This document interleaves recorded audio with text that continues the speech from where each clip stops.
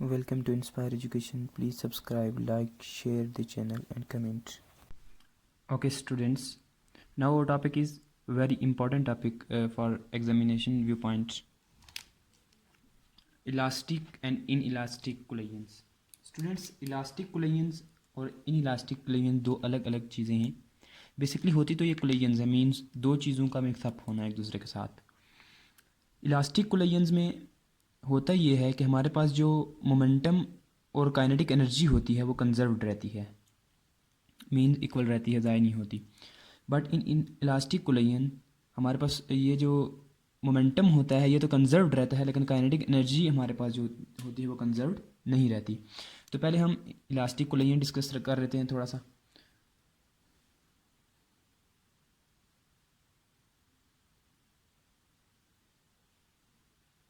The collision in which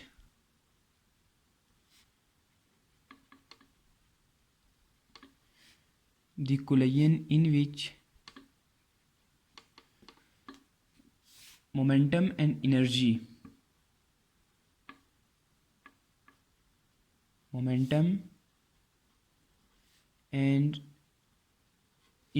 students, ये आपके पास kinetic energy होती है. मैं इसके साथ ब्रैकेट में लिख देता हूँ काइनेटिक एनर्जी. मींस हमारे पास मोमेंटम और काइनेटिक एनर्जी वो दोनों क्या होते हैं, आर कंजर्व्ड. क्या कहलाता है हमारे पास, called elastic collision. Now student, अब हम बात करते हैं इन इलास्टिक कोलिजन्स की. इलास्टिक कोलिजन्स के हमारे पास एग्जांपल होती हैं जब atomic and subatomic particles एक दूसरे के साथ कोलाइड होते हैं, या फिर हम ये कह सकते हैं कि collisions of air molecules with walls of container. Ordinary temperature के ऊपर जब हमारे पास किसी भी एक कंटेनर के अंदर गैस पार्टिकल्स हों तो वो किसी भी दीवार के साथ टकराएं, या फिर हमारे पास मैक्रोस्कोपिक कोलिजन हमारे पास हों, जैसे हमारे पास ब्लड बॉल कोलिजन्स होती हैं और इलास्टिक होती हैं क्योंकि उनके अंदर काइनेटिक एनर्जी लूज़ होती है, लेकिन इन दी फॉर्म ऑफ साउंड. हमारे पास किस में होती है, इन दी फॉर्म ऑफ साउंड होती है काइनेटिक एनर्जी. तो ये एग्जांपल्स होती हैं कुछ इलास्टिक कोलिजन्स की. एग्जांपल्स भी राइट कर लेते हैं हमारे पास. पहले एग्जांपल मैंने आपको बताई, collision between atomic and subatomic particles. Second मैंने आपको बताई air molecules with walls of container at ordinary temperature.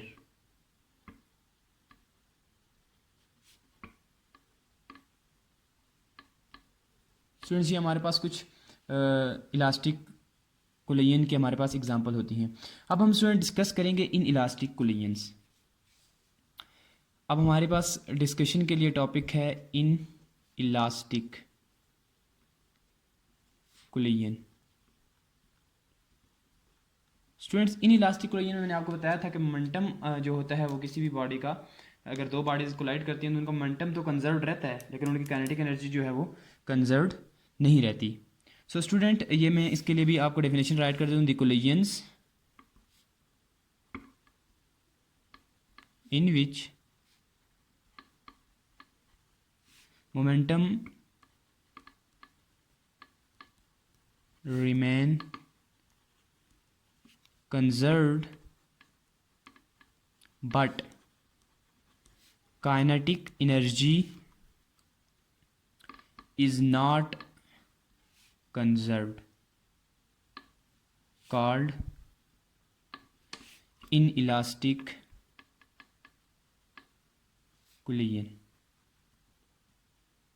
Students, इसमें हमारे पास क्या होता है, मोमेंटम कंजर्व्ड होता है बट हमारे पास जो काइनेटिक एनर्जी होती है वो कंजर्व्ड नहीं रहती.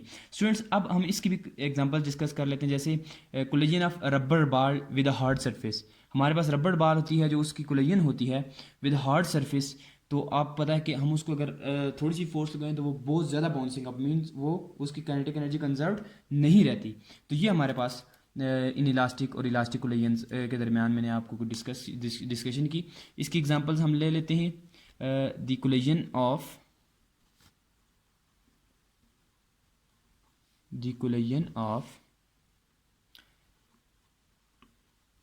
Rubber ball with hard surface. Now students, अब हम बहुत ही important most important topic of this chapter हम अभी डिस्कस करने को जा रहे हैं, और वो हमारे पास टॉपिक है कोलिजन्स इन वन डायमेंशन और head on collisions. Collisions very very important topic students.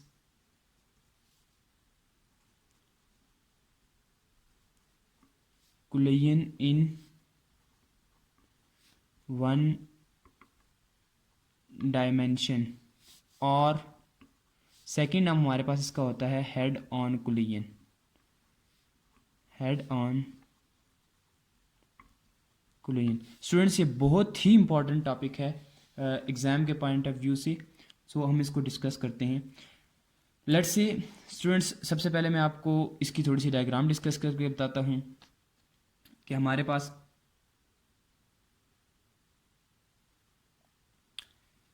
दो मासेस हैं। मेरे पास अगर let consider as this is the surface,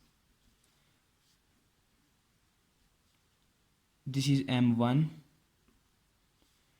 this is M2। ये जिस वेलोसिटी से मूव कर रहा है उसकी वेलोसिटी है V1, ये जिस वेलोसिटी से मूव कर रहा है उसकी वेलोसिटी है V2। यहाँ पर at this point they both collide with each other M1 and M2। Here is collision, और ये स्ट्रेट लाइन में मूव करते हैं दोनों, M1 भी और M2 भी।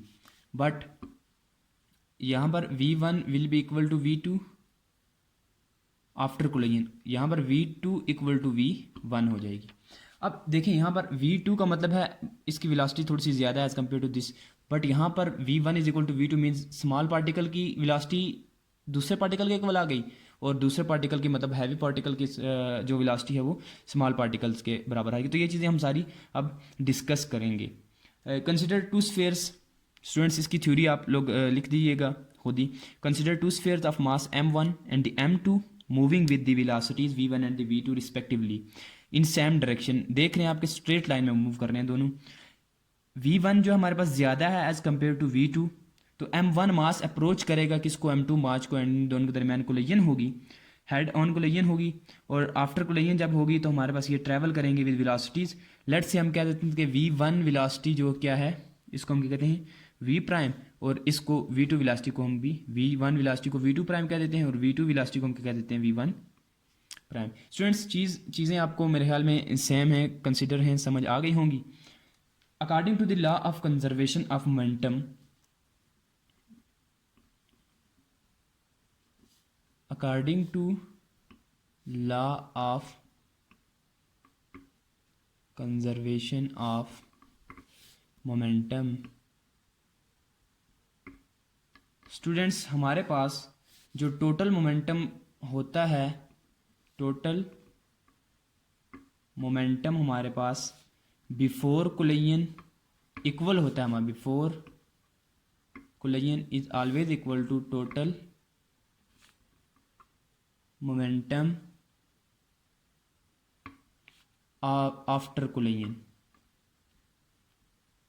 स्टूडेंट ये चीज़ हमारे पास होती है कि जो पहले कोलिजन बिफोर से पहले जो मोमेंटम होता है वो हमारे पास कोलिजन के बाद भी मोमेंटम उसके इक्वल होना चाहिए। तो हम देखते हैं कि हमारे पास फर्स्ट में क्या कोलिजन था, बिफोर द कोलिजन हमारे पास था M1 V1 plus M2 V2। Okay students, before the collision हमारे पास मोमेंटम क्या है, M1 plus M2 is equal to M1 V1 का prime plus M2 V2 prime. ये मैंने आपको बताया था कि V1 और V2 प्राइम हमारे पास क्या है।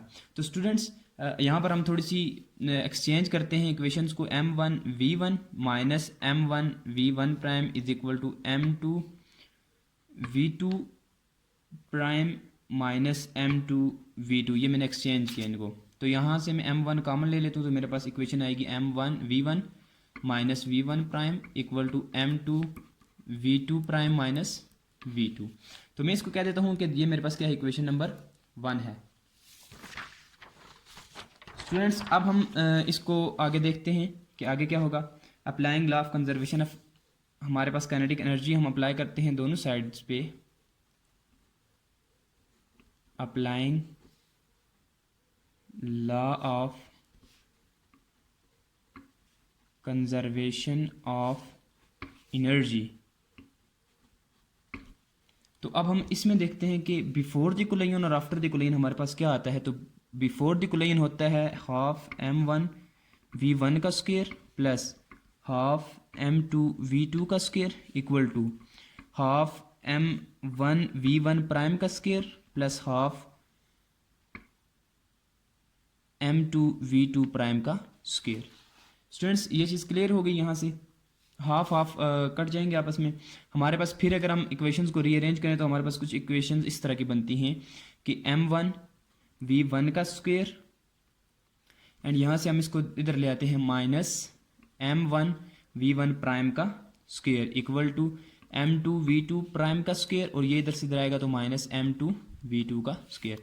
M1 कॉमन लें स्टूडेंट्स हम अगर, तो M1 का स्क्वायर माइनस V1 प्राइम का square equal to M2 common लें तो V2 प्राइम का स्क्वायर माइनस V2 का स्क्वायर। स्टूडेंट्स अब ये हमारे पास क्या आई, इक्वेशन नंबर 2। अब हम इक्वेशन नंबर 2 को और बैक में हमारे पास जो इक्वेशन नंबर 1 आई थी, इन दोनों को अगर हम डिवाइड करें स्टूडेंट्स तो हमारे पास आंसर क्या आता है। इनको अप्लाई करने के बाद हमारे पास आंसर आएगा students V1 plus V1 prime equal to V2 prime plus V2। Mass M1 M2 ये अपर और लोअर इक्वेशन में आपस के साथ कट ऑफ हो जाएगा। तो अब स्टूडेंट्स हम एक चीज़ देखते हैं, इनको अरेंज कर लेते हैं। इनको अरेंज करने के बाद हमारे पास आएगा V1 minus V2 is equal to V2 prime minus V1 prime. तो आप देख सकते हैं कि ये हमारे पास क्या है, speed of approach before collision और speed of separation after collision. ठीक है, तो हमारे पास जब दो बॉडीज इलास्टिकली एक दूसरे के साथ कोलिजन करती हैं तो हमारे पास relative speed before collision equal होती है हमारे पास रिलेटिव स्पीड ऑफ सेपरेशन की। Okay students, clear. अगर इस टॉपिक के रिलेटेड कोई क्वेश्चन हो तो you can mention in comment.